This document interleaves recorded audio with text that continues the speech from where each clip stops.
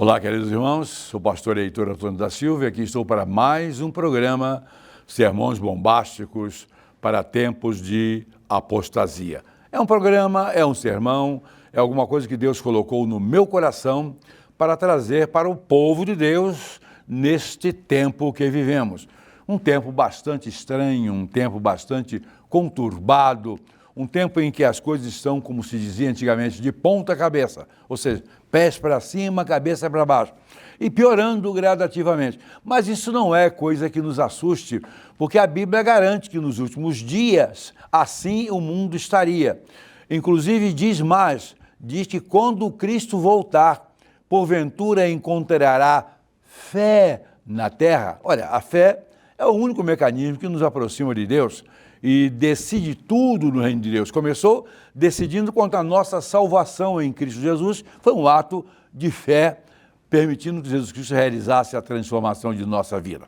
Bom, o sermão desta tarde ou desta noite, eu não sei qual é o horário que o querido irmão ou amigo vai assistir, tem um tema, dentre os muitos temas elencados para este programa, para esse projeto de Deus para as nossas vidas. E o tema é santidade. Santidade. Eu quero ler com os irmãos e amigos o texto de Hebreus 12:10, que diz o seguinte: porque aqueles, na verdade, por um pouco de tempo, nos corrigiam como bem lhes parecia, mas este para nosso proveito, para sermos participantes da sua santidade. Meus queridos, este texto isolado, visto em separação, parece meio estranho, meio inapropriado até para o assunto que vamos abordar, à exceção da fase final do mesmo que diz participantes da sua santidade. O autor dos Hebreus, que durante muito tempo, muitos intelectuais chegavam a dizer carta de Paulo aos Hebreus, pode até ser, mas há uma contradiçãozinha, uma dificuldade de adequar o texto grego à realidade da língua e da competência de Paulo. Consequentemente, o texto de Hebreus, ele é relativamente incompatível, diríamos assim, se é que se possa usar essa expressão, em relação à incompatibilidade.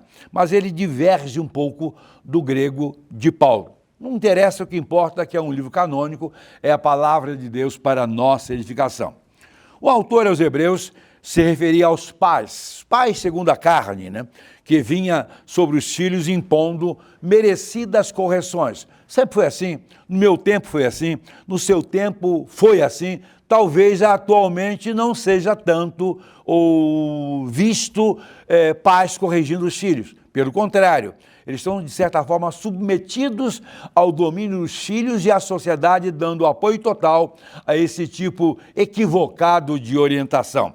Mas as correções estabelecidas por Jesus, e é sobre isso que Paulo se refere, ou o autor aos Hebreus, melhor dizendo, essas tinham um propósito maior, para que nos tornássemos participantes da sua santidade. Santidade é o quê? Santidade é o estado de santo. Estado de santo.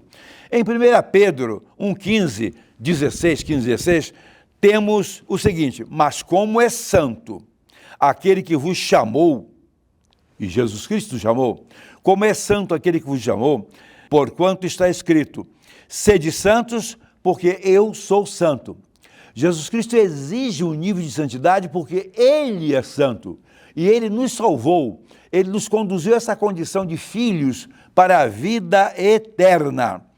Embora santo reúna muitas qualificações, e é bom que nós tentemos para isso, o que mais nos interessa é esse significado fundamentado na Bíblia. Santo significa separado, não uma coisa espetacular, não um ser aperfeiçoado de nível tal que tenha chegado ao máximo das possibilidades de limpeza e de pureza. Essa é a condição do salvo, separado para a vida eterna. Por isso somos somos santos. Santos nesse sentido e não em nenhum outro. Não somos santos, meus irmãos, meus queridos, no sentido etimológico, ou seja, no sentido da análise que se possa fazer da palavra em si. Nós não somos santos no sentido etimológico, ou explicado nos verbetes que encontramos nos muitos dicionários existentes. Se você abrir um bom dicionário, vai encontrar uma explicação para santo. E vai incluir essa ideia de santo segundo a tradição. Essa ideia de santo segundo o que pensam das pessoas que seriam perfeitas. Não. Embora isso seja conhecido no sentido etimológico ou nos verbetes, santo não é imaculado. Santo não significa sagrado. Santo não significa inocente. Nada disso. Santo, no sentido da Bíblia, é tão somente separado e separado para a vida eterna. Sede santos porque eu sou santo. Bom, claro que Jesus Cristo preenchia todas as qualidades que se possa pensar sobre um ser santo. Sim, mas ele não queria isso de nós. Ele não estava se referindo a isso para conosco. Ele estava citando tão somente essa separação para a vida eterna, levando em consideração uma nova criatura que foi gerada pela ação do Espírito. Deus exige que sejamos santos, sim, mas no sentido de separados, embora essa condição pressuponha um processo de purificação, um processo de aperfeiçoamento, como lemos no texto de Pedro acima considerado. Lembremos-nos que o sacerdote, vamos voltar aos tempos do Velho Testamento, ao sacerdote estava estabelecido que ele deveria utilizar ou o sumo sacerdote, o principal deles, aquele que poderia entrar no Santo dos Santos do templo uma vez por ano para oferecer sacrifício a Deus. Esse sacerdote tinha que usar sobre a testa uma lâmina de ouro com a expressão santidade ao Senhor. Ele podia ir à presença do Senhor, mas ele deveria ostentar isso na sociedade por onde quer que ele andasse, onde ele fosse, que ele era um ser com a obrigação de ser de apresentar, de possuir, de engendrar e ter em si o aspecto da santidade ao Deus vivo. Isso está em Êxodo 28:36 e em alguns outros lugares também. Do que se trata a santidade que devemos praticar? É um primeiro ponto que eu quero considerar com os queridos irmãos. Do que se trata a santidade que devemos praticar? Um primeiro ponto a por considerar é: santifica-os na verdade, diz a Bíblia. A tua palavra é a verdade. Portanto, a santidade que devemos praticar está fundamentada na verdade de Deus para as nossas vidas. E a palavra de Deus é a verdade. A Bíblia, a palavra de Deus, ela não contém a verdade, ela é a verdade de ponta a ponta.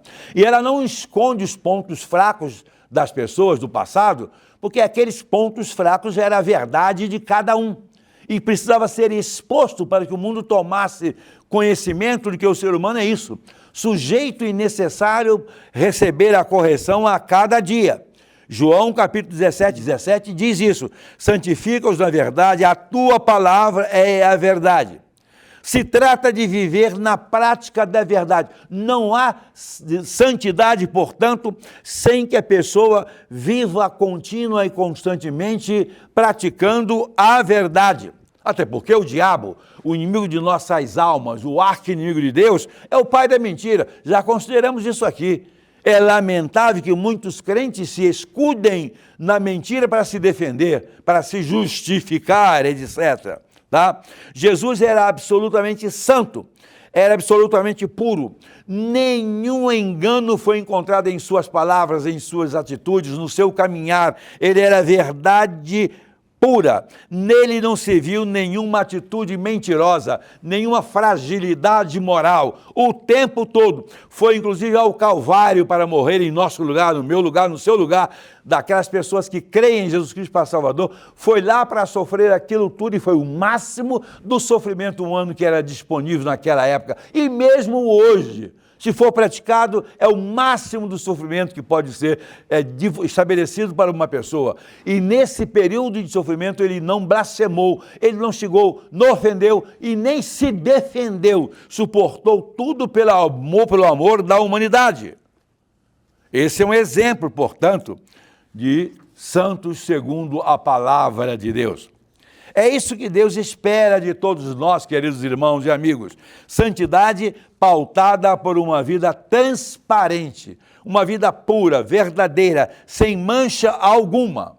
Nós temos que viver como os sacerdotes no passado, estampando a santidade ao Senhor, não com o sentimento deles, quantas vezes falsos, quantas vezes desonestos, quantas vezes mentirosos, pessoas que eram crápulas na sociedade, mas eles foram escolhidos para aquilo.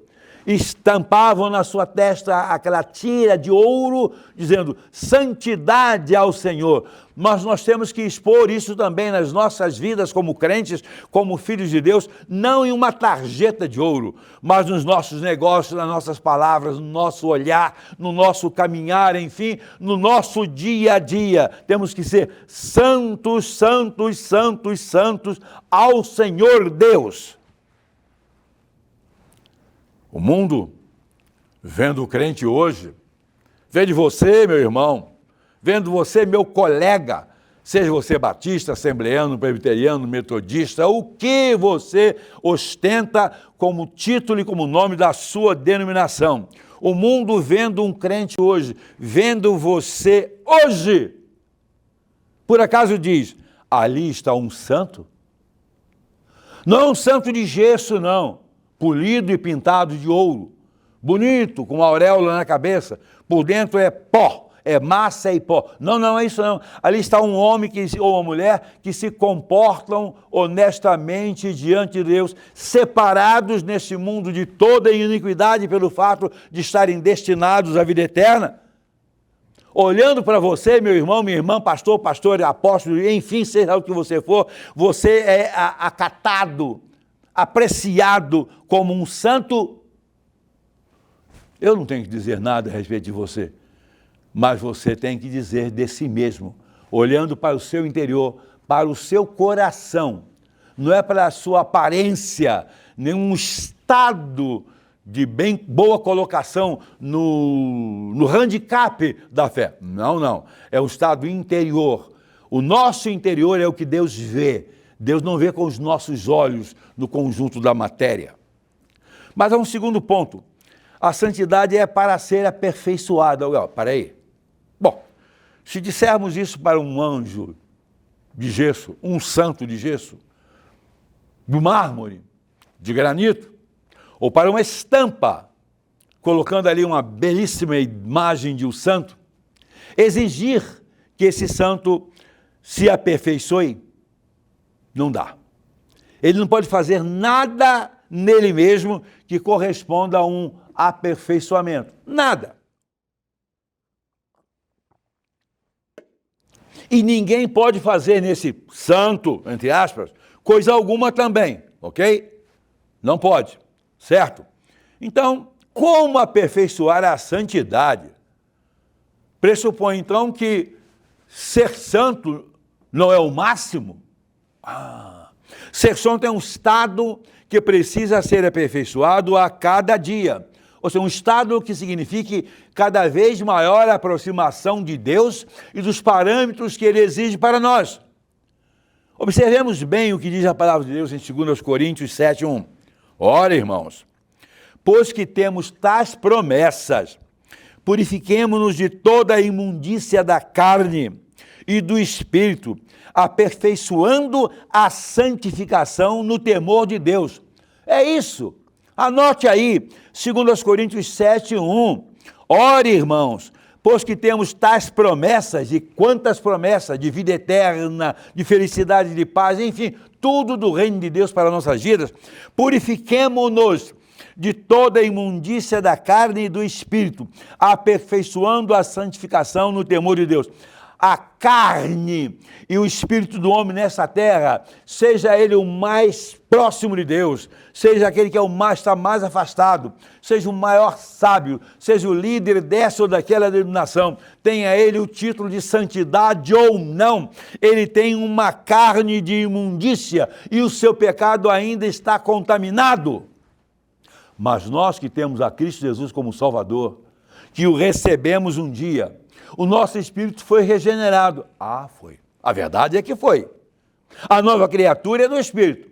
Mas o corpo que você tinha, o corpo que eu tinha, a carne, as inclinações dos meus instintos continuam a mesma. Eu tenho que vencê-la a cada dia. E isso é processo de aperfeiçoamento da santidade. Queridos irmãos, sabendo que a santificação precisa ser aperfeiçoada, isso não sou eu quem estou dizendo, é a Bíblia. Sabendo que a santificação precisa ser aperfeiçoada, fica então descartado o sentido de um estado novo, perfeito. Santo, portanto, na perspectiva de Deus, de Jesus Cristo, da Bíblia, não é um estado de perfeição, um estado absolutamente novo, limpo, de santidade. Se você ouvir alguém ser chamado de santidade, e há uns 2 anos atrás eu vi um pastor da Assembleia de Deus, se referindo a um crápula, líder de uma igreja, dizendo, vossa santidade, se referindo a um cara comunista, se referindo a um cara sujo, chamando de santidade. Vai para o inferno. Os dois.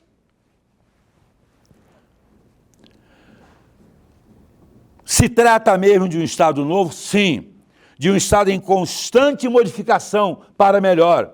Isso é um processo de santificação. É claro que Jesus sempre foi e é santo. Viveu e morreu sem pecado.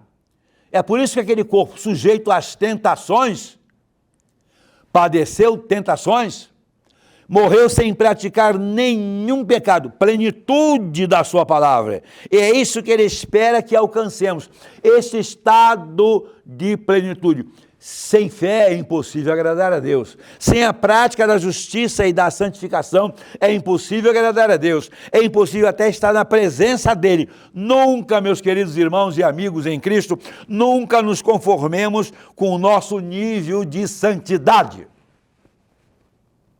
Eu não sei o que você acha do seu nível de santidade. Não, mas eu sou pastor, sou reconhecido internacionalmente. Dane-se. Não estou perguntando isso. Não, mas sou líder de uma grande igreja, tem decisões em todos os cultos. Dane-se. Eu não estou perguntando isso.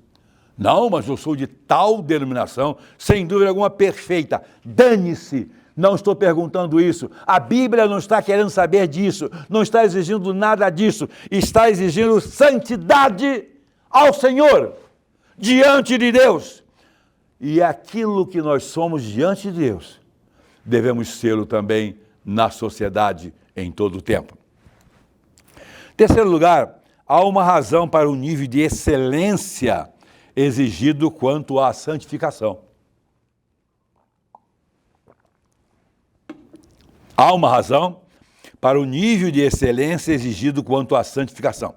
Hebreus 12, 14 diz o seguinte: segui a paz com todos e a santificação, sem a qual ninguém verá o Senhor. Hebreus é a Bíblia.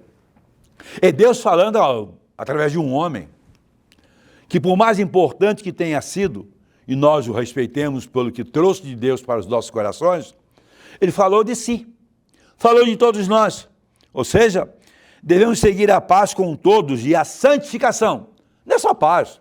Você pode ser a melhor pessoa do mundo em termos de pacificação. Um ótimo relacionamento, uma palavra branda, uma palavra limpa, um linguajar aperfeiçoado, puro, uma terminologia bonita, né? Batendo nas costas de todos eles, beijando-os, usando de palavras afáveis, sendo um indivíduo imensamente agradável às pessoas. Não é isso não. Não é isso não. O importante é seguir a paz com todos, sim, mas a santificação. E a santificação não é um modo de seguir ao próximo, é um modo de estar diante de Deus sempre. A santificação sem a qual ninguém verá o Senhor. Nesse primeiro ponto, quero abordar o seguinte: a santificação não se trata apenas de um nível desejável. Não é um nível desejável de ser. É necessário, é indiscutível. Deus exige que sejamos santos porque Ele é santo. E é para lá que Ele está nos levando. Há algum tempo atrás, numa campanha política aí, um país aí da América, eu vi um camarada dizendo o seguinte: fulano de tal, um escritor, um dos pais da igreja aí, disse o seguinte: eu creio firmemente na existência do inferno, mas ninguém vai para lá, porque Deus é amor. O quê? Ninguém vai para o inferno porque Deus é amor? Pois é exatamente por ser Deus o grande amor, que enviou o seu Filho unigênito para todo aquele que nele crê, não pereça, mas tenha vida eterna. Aqueles que não creem, aqueles que não se submetem às normas deles, vão para o inferno, sim. A condição de jogáveis no inferno, para o diabo e seus anjos, e todos os seguidores, todos os que descartam o reino de Deus, todos os incrédulos, é uma necessidade e um ato de absoluta justiça de Deus, tomando como parâmetro a santificação.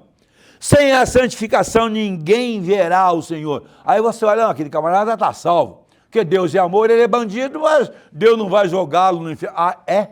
Deus não vai jogá-lo no inferno? Vai sim. Aliás, nem precisa jogá-lo, ele vai com as próprias pernas. E por quê? Porque os santos são separados para a vida eterna. Esta é a expressão, este é o significado de santo, separados para a vida eterna. Há um hino, que acredito que seja, estou lembrando que ele seja da harpa cristã, é que em uma das suas estrofes diz: no céu não entra pecado. É lindo, muito bonito, mas diz isso: no céu não entra pecado, e não entra mesmo. No céu não entra bandido, e não entra mesmo. No céu não entra imorais, não entra mesmo. No céu não entra esse lixo humano que se diz isso ou aquilo, com direitos tais, não entra mesmo. Que Cristo não derramou o seu sangue na cruz do Calvário para salvar safado, mas salvar a todos que venham se arrepender dos seus pecados. Condição sine qua non, principal: arrependa-se dos seus pecados. Santificação, meus queridos irmãos e amigos, deve ser o anelo, o desejo, a inclinação de todo crente, de todo filho de Deus. Se somos novas criaturas, como podemos viver com intimidade com o pecado? Aí você me diz: pastor Heitor, você não me conhece? Eu sou um pastorzão. Há algum tempo atrás eu vi um tal de apóstolo orando e disse assim: Senhor, tu sabes quem é que está falando contigo. Eu também posso fazer essa oração. Deus, tu sabes quem está falando contigo. Olha direitinho, que imbecil chamado Heitor. Um idiota, um pecador, arrependido e salvo, mas sem nenhum mérito para alcançar a vida eterna, por mim mesmo. Ele realmente sabe quem eu sou. Eles sabem realmente quem sabe aquele cara que se diz apóstolo, que é safado, desonesto, ladrão, espoliador dos pobres, dos sofredores doentes, arrancando o seu dinheiro, suas propriedades, com a pretensão de tal, com a oferta de que os tais vão ser abençoados e enriquecidos aqui na terra. Safado, criminoso.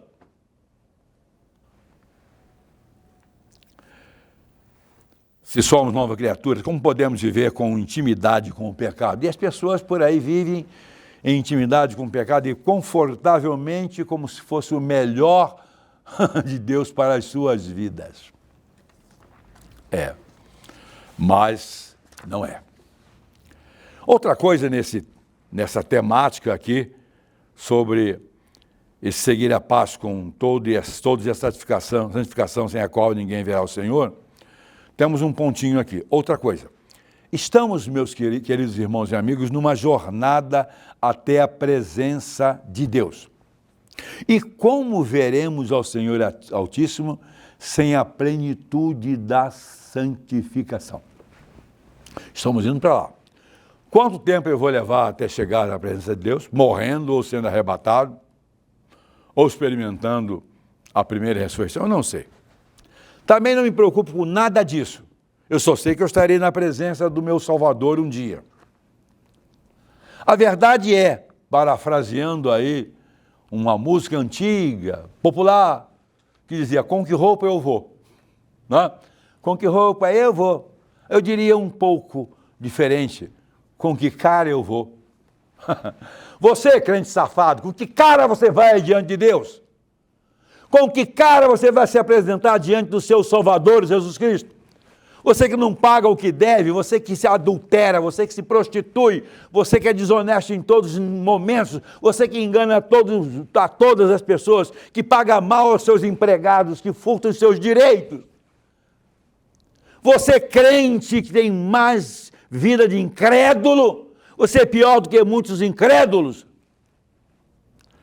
Eu conheço crentes, na minha cidade tem muitos crentes, membros de igreja. Alguns que foram até minhas ovelhas. Eu prefiro estar com incrédulos de boa qualidade do que com crentes perniciosos. Você, irmão, você está me ouvindo? Pastor? Não, eu sou bispo. Alguns anos atrás eu estava conversando com os reverendos aí de Souza Maciel e disse, Heitor, é o seguinte, os pastores não querem ser mais pastores. Eles acham pouco. Estou falando de um homem, servo de Deus, que está vivo. 90 e alguma coisa. Eles não querem ser mais pastores. Agora eles querem ser bispos. Já tinha um monte de bispos. Agora, eles já não querem ser nem bispos, querem ser apóstolos. Tem um maluco aí que quer ser pai apóstolo. E já anunciou que vai ser consagrado rei. Rei. Rei de onde? Rei do inferno. E nem isso ele será. Porque nem o diabo será senhor. Será soberano no inferno. Pelo contrário, ele será mais um dos que lá vão sofrer eternamente. Por que as pessoas querem crescer tanto diante de um quadro espetacular de eclesiologia? De demonstração de poder. Por que você não quer ser pastor, quer ser bispo? Por que você não quer ser bispo, mas quer ser apóstolo? Por quê? Por quê? Por quê? Você acha mesmo que vai para a presença de Deus na condição espiritual em que você se encontra? Será que você vai mesmo? Se você está achando que Deus vai lhe perdoar de tudo, pode-se. Pode até lhe perdoar de tudo, mas você tem que se arrepender, compungir a sua alma, colocar a sua cara no chão, jogar fora toda essa vida de nojo e de podridão que você vive, mostrar para o mundo e para Deus, mas mostrar também para o mundo que você é um traste. Eu sei que muita gente está dizendo, esse pastor Heitor é metido a besta. Até pode ser. Acontece que eu nunca vi uma besta tivesse petulância para falar essas coisas diante das pessoas. A exigência da santificação, essa exigência da santificação, que é um processo de busca, vem associado ao seguir a paz com todos. Seguir a paz com todos não é uma virtude que leva ninguém para os céus. Não. Mas a busca da santificação deve vir associada a isso. Isso nos remete às bem-aventuranças. Lá em Mateus 5:9, nós encontramos uma bem-aventurança com os seguintes termos. Bem-aventurados os pacificadores, porque eles serão chamados filhos de Deus. A santidade e a pacificidade são irmãs e são próprias dos filhos de Deus. Eu sou filho de Deus. Eu sou salvo. Não tenho medo de inferno. O diabo não me assusta.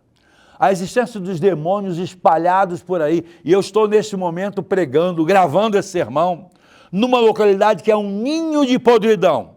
A área em que estamos é a área residencial, mas daqui a 500 metros para lá e para cá é um ninho de podridão. Talvez o lugar com maior aglomerado de iniquidade da cidade do Rio de Janeiro. Eu estou aqui. A uns 100 metros da minha direita aqui tem uma instituição que congrega os macumbeiros do Brasil. Não me incomoda, passo por lá à vontade. Eu não me incomodo com eles, porque eu sou filho de Deus, eu sou pacificador, eu fui santificado, eu busco a santidade a cada dia, eu busco a perfeição, não a alcancei ainda, e eu só sei que a perfeição, o completo estado de agradar a Deus, eu conseguirei ainda antes de ir para a eternidade, mas vou conquistar. Sabe por que eu tenho certeza? Porque eu reconheço o meu pecado, eu reconheço quem eu sou, eu sei que sou pó, eu sei que a iniquidade está presente nas minhas moléculas, nos meus pensamentos, no meu olhar, está. Você não está assistindo um pregador perfeito, desses internacionais que iam para a televisão apresentando uma imagem próxima de Deus e alguns tão bonitos, tão maravilhosos, que custava acreditar que existisse um Deus melhor do que eles. Em quarto lugar, a perfeita base que sustenta a santidade. João 17:17 diz o seguinte: santifica-os na tua verdade. A tua palavra é a verdade. Essa é a base que sustenta a santidade. É a santificação na verdade. E essa verdade é encontrada em um só lugar. Não é encontrada na ciência, não é encontrada na medicina, particularmente, não é encontrada na cabeça dos filósofos, dos sábios segundo este mundo. Não. Ela só é encontrada na palavra de Deus. É ali que eu busco a minha santificação. É ali que eu vejo as coisas que eu tenho que aparar, que eu tenho que tirar, que eu tenho que podar, das quais eu tenho que me afastar. É na palavra de Deus, que é a verdade. Não existe santificação fora da verdade. Fora da verdade existe enganação. Enganação, existe muita enganação. Existem muitos enganadores. E engano é mentira. E mentira tem um pai. O pai é o diabo.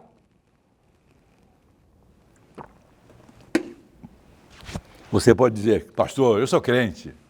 Eu fui batizado em nome do Pai, do Filho e do Espírito Santo. Ah, foi. Eu também fui. Eu posso garantir a você que o diabo não foi. Que um dia eu estava batizando, batismo na igreja que eu pastoreava numa cidade da Baixada Fluminense, uma igreja boa. E apareceu lá uma jovem senhora com uns filhinhos, ia lá quarta-feira, querendo conversar comigo, contar uma historinha sem pé, sem cabeça. Mas chegou lá frequentando a igreja e eu de olhinho nela. Vamos ver até onde ela vai chegar. Determinado dia, num culto, acho que foi quarta-feira mesmo, ele levantou a mão. Tá bom, está indo para o lado que eu quero, que nós gostamos, nós esperamos e para o qual nós trabalhamos. Deu a profissão de fé e fui para o batismo. Entrou, se ajeitou, eu coloquei a mão direita sobre a sua cabeça e segurando sua nuca, né? Para não cair, morrer afogado. E eu impetrei, eu te batizo em nome do Pai, do Filho e do Espírito Santo. Quando eu falei isso, ela estava com um ou com alguns demônios. Os demônios não ficaram embaixo disso, não. Embaixo eu te batizo em nome do Pai, do Filho e do Espírito Santo. Não ficaram. Saíram do corpo daquela mulher, deram um choque na água. Eu senti como que um choque de 220 na água. Isso. Rapou fora. E ela permaneceu naquele estado de santidade, de singeleza. Saiu. 3 meses depois estava excluída e na podridão da vida de onde ela veio, de onde nem deveria ter saído, porque ela não havia mudado. Ela era um cabide de demônios e eles não suportaram o peso da bênção de Deus. Eu te batizo em nome do Pai, do Filho e do Espírito Santo. Suportaram não. Eles não suportam. E quando estão em alguém, você diz, eu te expulso em nome do Senhor Jesus Cristo, sai daí. Ele tem que sair. Ele não pode redarguir contra você, a menos que você seja um sujo igual a ele.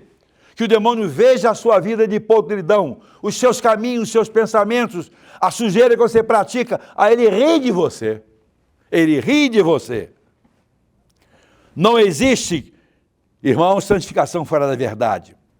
Tudo que pareça com santificação sem estar ligado à verdade é engano. É obra do diabo, é maquiagem, é ilusão, é tapeação, é fantasia. A palavra de Deus não coabita com hipocrisia, com mentira, com aspectos de parecer. A palavra de Deus exige santidade, pureza, luta contra as inclinações da carne. E temos mais este texto maravilhoso.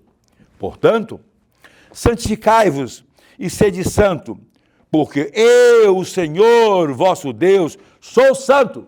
Levítico 27. A exigência que ele faz a todo o povo dele, a todos os salvos em todos os tempos.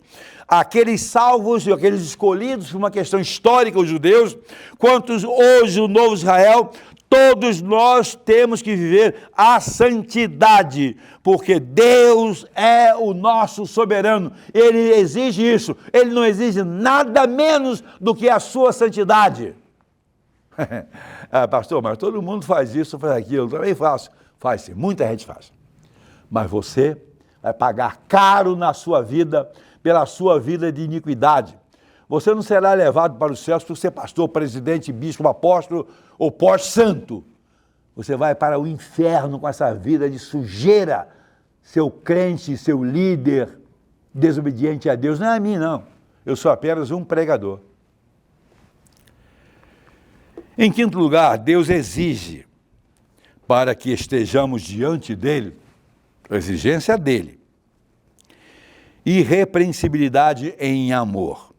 Efésios 1:4 diz, nos elegeu antes da fundação do mundo, para que fôssemos santos e irrepreensíveis diante dele. Olhando lá para trás, bem lá para trás, no princípio dos projetos dele, ele viu o Heitor.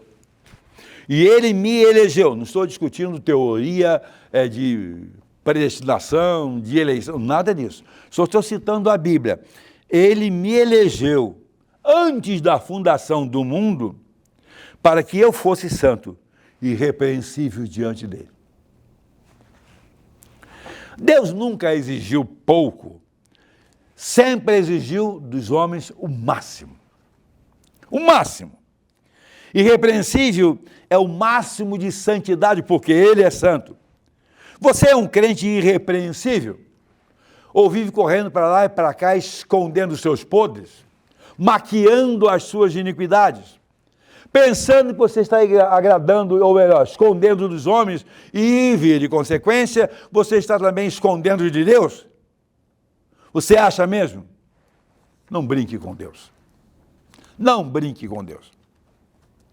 Se Deus exigir mesmo tudo que a Bíblia elenca e exige, então grande parte dos que se dizem crentes não são. Grande parte dos que se dizem crentes não são. Desses que estão nas televisões aí se empaturrando de dinheiro dos povos, usando a Bíblia, oferecendo coisas que eles não têm autoridade para oferecer, sangrando os miseráveis sofredores, vão para o inferno, são incrédulos, não são filhos de Deus, falsos crentes, falsos pastores, falso tudo, tem muita coisa, existia no tempo de Jesus. Jesus Cristo escolheu 12 homens, eram todos perdidos naquela condição, todos incrédulos, seguiram a Jesus durante 3 anos, um vendeu e os outros fugiram. Só umzinho que se manteve fiel, presente a ele. João, como se fosse um filho dele. Interessante, esse tal de João foi exatamente o único que não teve uma morte miserável. Morreu exilado numa ilha. Pode ser que tenha saído, eu não sei. Eu tenho me assistindo aqui um hebraísta, um homem que é doutor em língua hebraica. Talvez ele tenha uma explicação onde é que João foi morrer.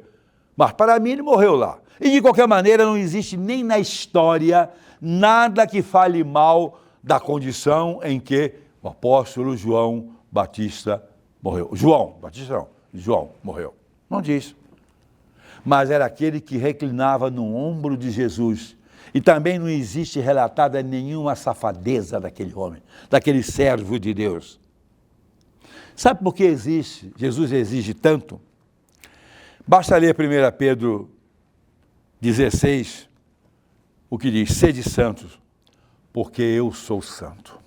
O nosso referencial, meus queridos irmãos e amigos, é Jesus Cristo.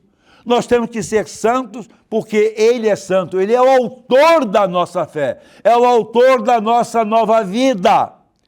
Reforça e confirma o texto de Levítico que eu li: santidade ao Senhor. Como você, meu querido irmão, pastor, peludo, bonitão, que senta naquela cadeira central, que só você pode sentar, porque é o presidente. Às vezes não senta ali não, que essa cadeira é do presidente. É um semideus. E senta ali orgulhosamente. Dirige a palavra como se estivesse no trono da glória. Como você assim se diz filho de Deus, sendo tão diferente do seu Salvador, tão diferente do seu Pai? Se virar você de cabeça para baixo, o que sai do seu interior é o quê? Mentira, pecado, podridão, sujeira, iniquidade, todo tipo de safadeza. É isso que cai? Ou se virarem você de cabeça para baixo, sai pouca coisa, mas pedaços de santidade que juntos formam uma imagem agradável a Deus. Pensamentos puros que você rebusca e busca de modo a agradar a Deus, a oferecer o melhor ambiente para o Espírito Santo de Deus, que deve estar em você e estará em você se você for um crente. Mas se for um pseudo-crente, um crente de fachada, estará longe de você. Como você se diz filho de Deus, sendo tão diferente do seu Salvador e do seu Pai? Eu não sei. Se vire, meu irmão, meu amigo. Há um caminho, há uma verdade, há uma vida, há uma santidade exigida e há uma proximidade da volta de Cristo. Não brinque com ele, não.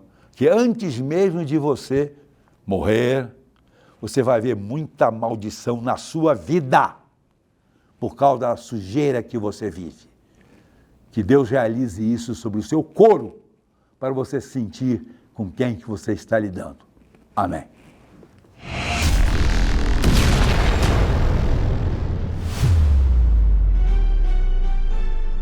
Este programa foi um oferecimento do IBEMP, o instituto que oferece possibilidade de investimento compatível com as suas condições econômicas e para garantir um futuro melhor. Acesse agora mesmo ibemp.com.br.